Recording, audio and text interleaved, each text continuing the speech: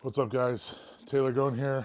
Um, this is my third session in this series, and I missed last week because I filmed the whole fucking session and my storage was filled. So I'm gonna talk while I'm warming up here.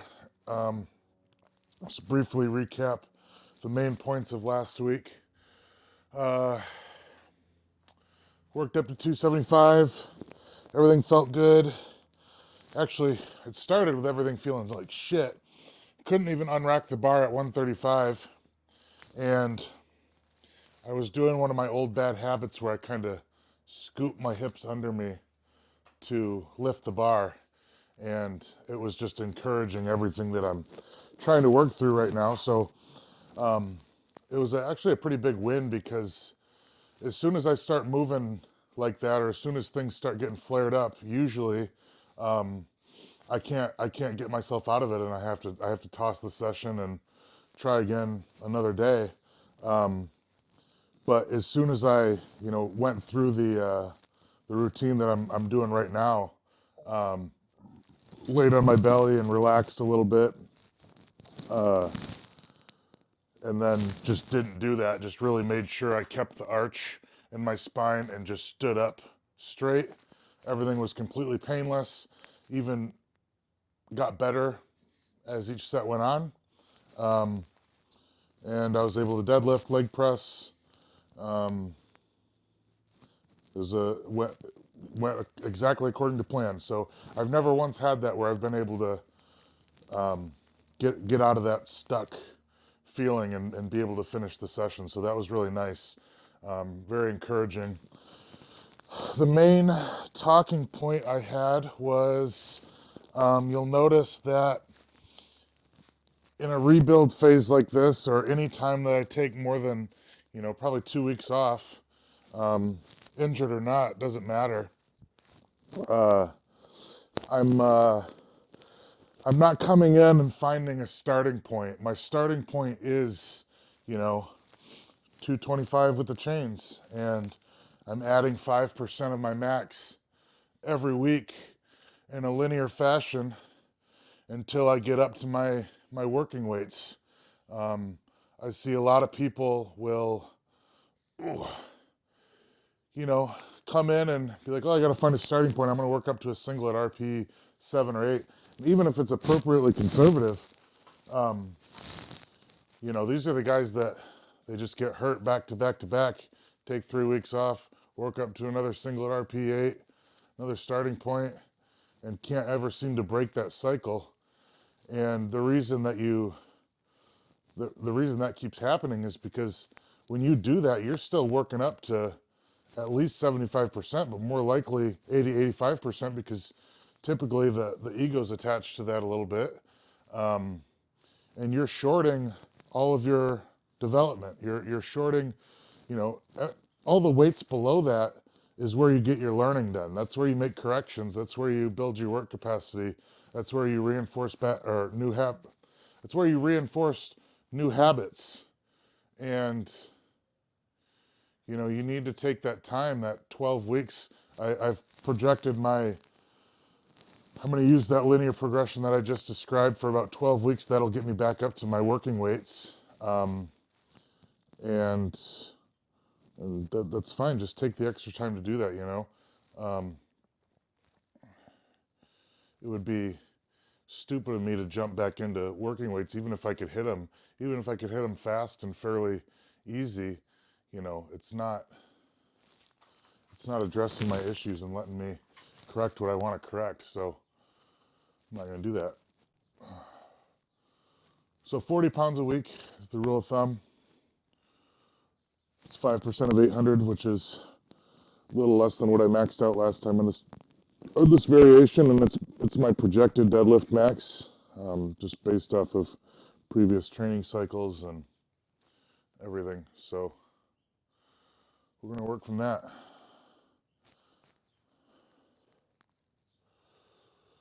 All right, that's all I have to do to warm up right now, which is really nice. It's just the four directions of the hips.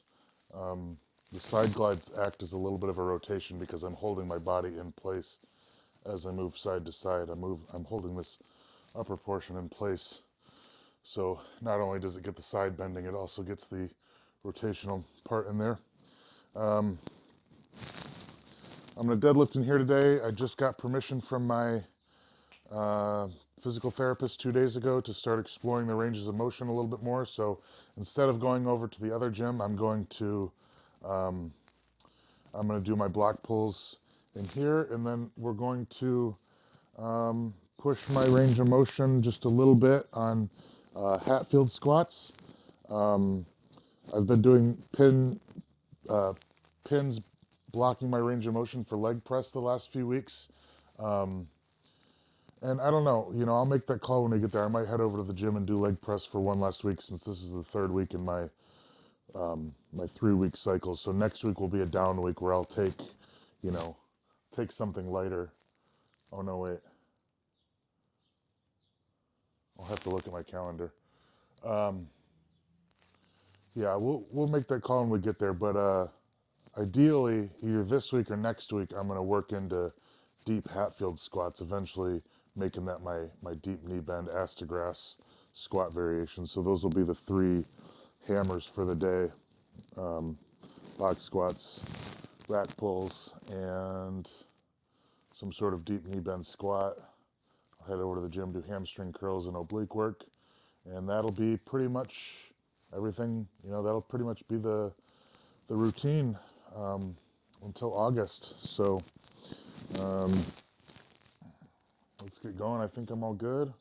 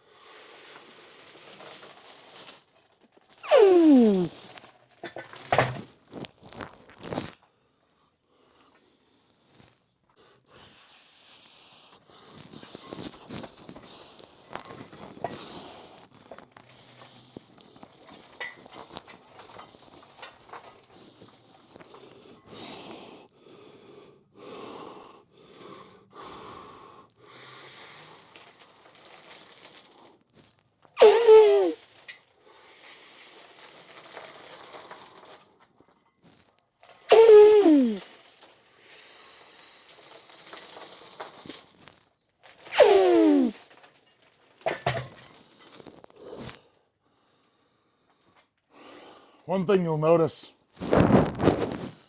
during this linear phase, I'm going to try to push this as long as I can, as opposed to taking a breath and bracing for the entire movement, which is not wrong. You want to do that on heavy sets, but I'm not heavy yet, and the heavier I can breathe freely, nice controlled inhale in sync with my eccentric, and nice explosive exhale with my concentric, the heavier I can do that, well, the heavier I can do it braced, right? This is kind of a bottom end thing that you want to work on, but that's one thing that you'll notice is I'm really trying to keep my breathing pattern through the entire rep, paired up with each portion of the rep. So that's something that's new that my PT has introduced, new to me anyways. So you'll notice that I'm gonna push that as far as I can.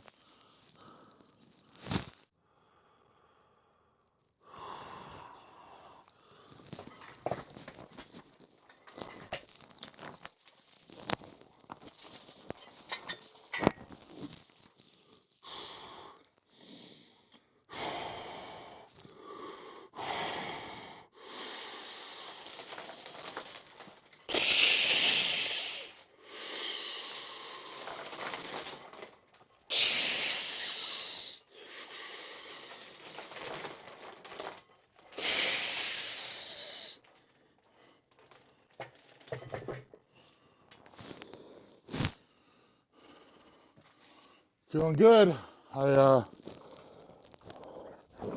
Couldn't even touch that weight last week without a belt on, so.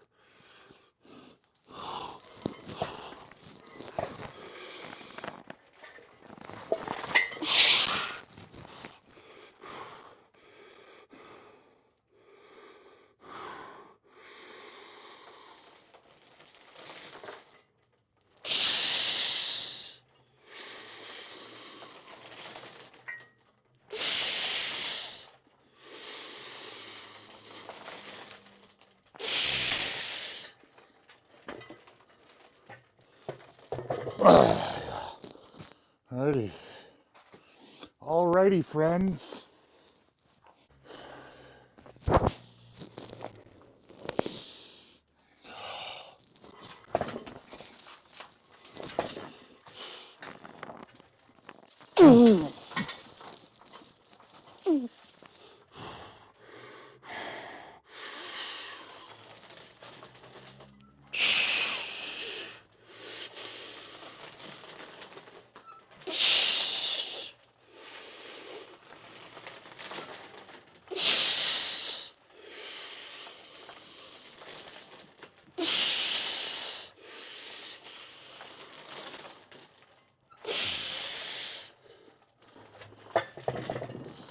Ooh, baby.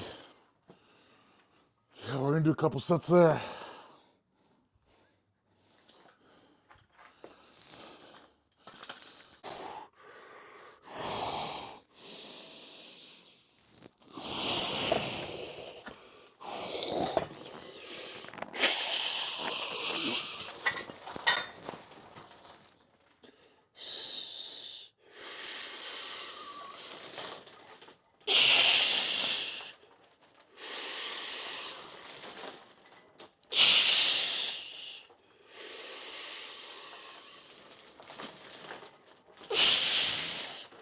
Yeah.